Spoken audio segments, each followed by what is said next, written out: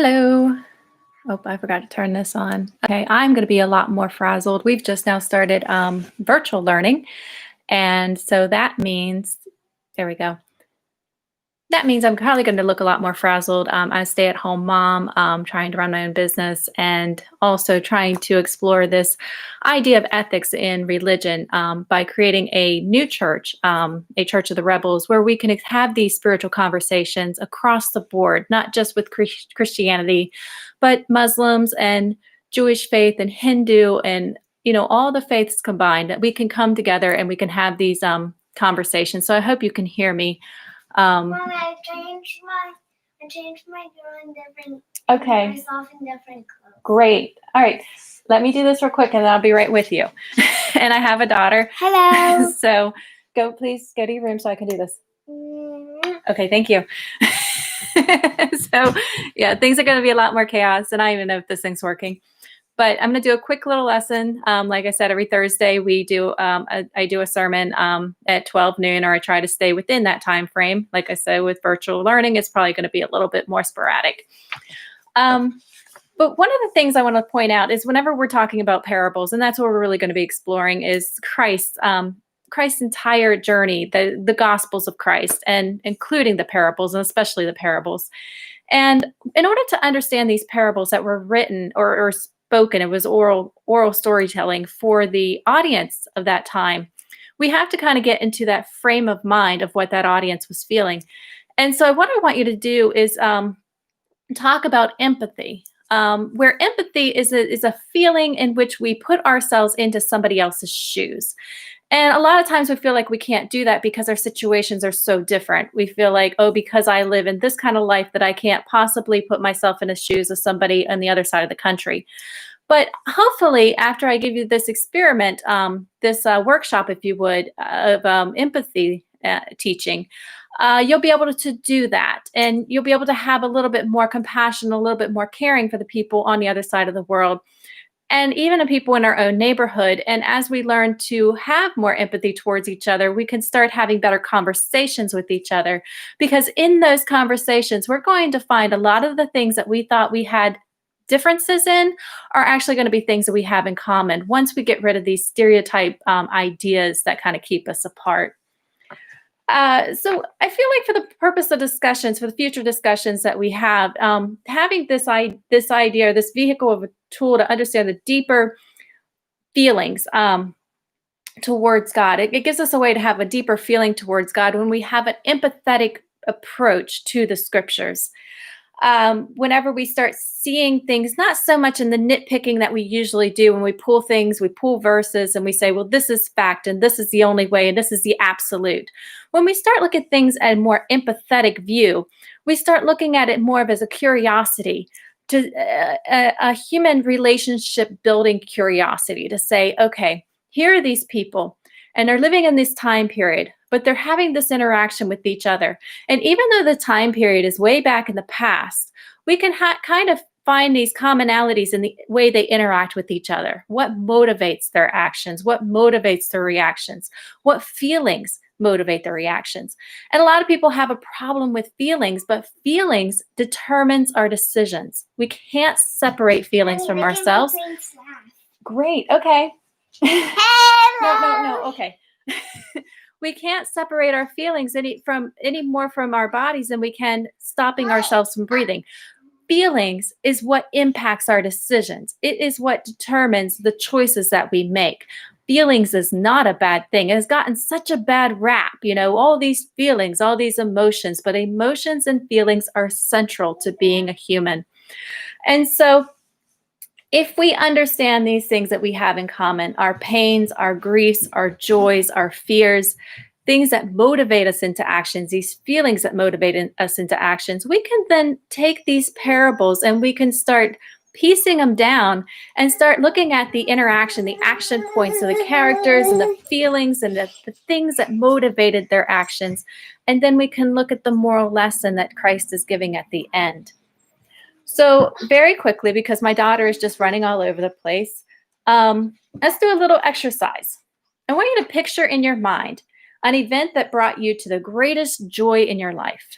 You're 100%, if you're a cup, if your whole being is a cup, your 100% is your greatest joy, where your cup is almost overflowing with joy. That 100% moment in your life. Keep that in your mind. I want you to focus on that event, and I want you to feel what it felt like in that event. I want you to party! Okay, this is not going to work if you keep doing this. So normally I would have you do that for, maybe 10 minutes, but because of all the chaos going on, I'm just going to give the instructions, and then you can do this on your own. But if you take that moment and you sit in that moment for about 5 to 10 minutes, and you really feel like that joy, that absolute joy, you revisit that memory, you revisit that moment of feelings. After you do that, I want you to take an event that you were at your lowest, where you felt completely drained, which was the absolute worst experience and feeling in your entire life. Now, that is your 0%. That is when your entire being is completely drained. There is nothing left. It's 0%. There is no more joy. It's all sorrow. It's all depression. It's all everything that makes you just feel weighted down and burdened. That's your 0%. And I want you to take those 5 to 10 minutes and live in that 0% moment. Really understand, go back to that memory. I know it's going to be hard, but go back to that memory and really get back to how you felt during that moment. When we have these greatest moments, this is our scale of our greatest joy and our worst feeling, our 100% and our 0%. And when we have a new event in our lives, and it's either going to be greater than or less than, somewhere it's going to fit on that scale. If it's something that's even more powerful, even gives us greater joy than the joy we had before, that's going to become our new 100%, and everything else gets pushed down into the scale. As we have these experiences in our lives, our 100% and our 0% is going to change. Now, everybody's experiences are going to be different because everybody is different.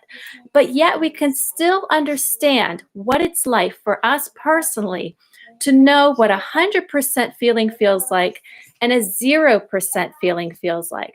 Because for us personally, we don't know anything beyond that 100% in perspective to ourselves, in context to our own lives and our own experiences, and that 0%.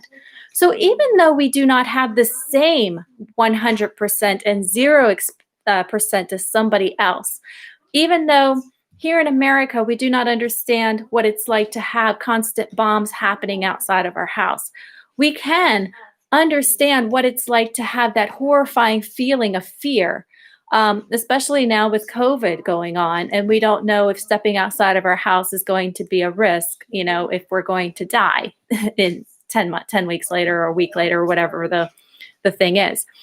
So we can start having these more empathetic experiences with people all around the world by having these new experiences in our lives. And the more we kind of look at these hardships as opportunities to understand empathy with people, the less fearful we're going to be, the less we're going to be so reactive and try to fight everybody. And we start understanding what it's like to come together as a community.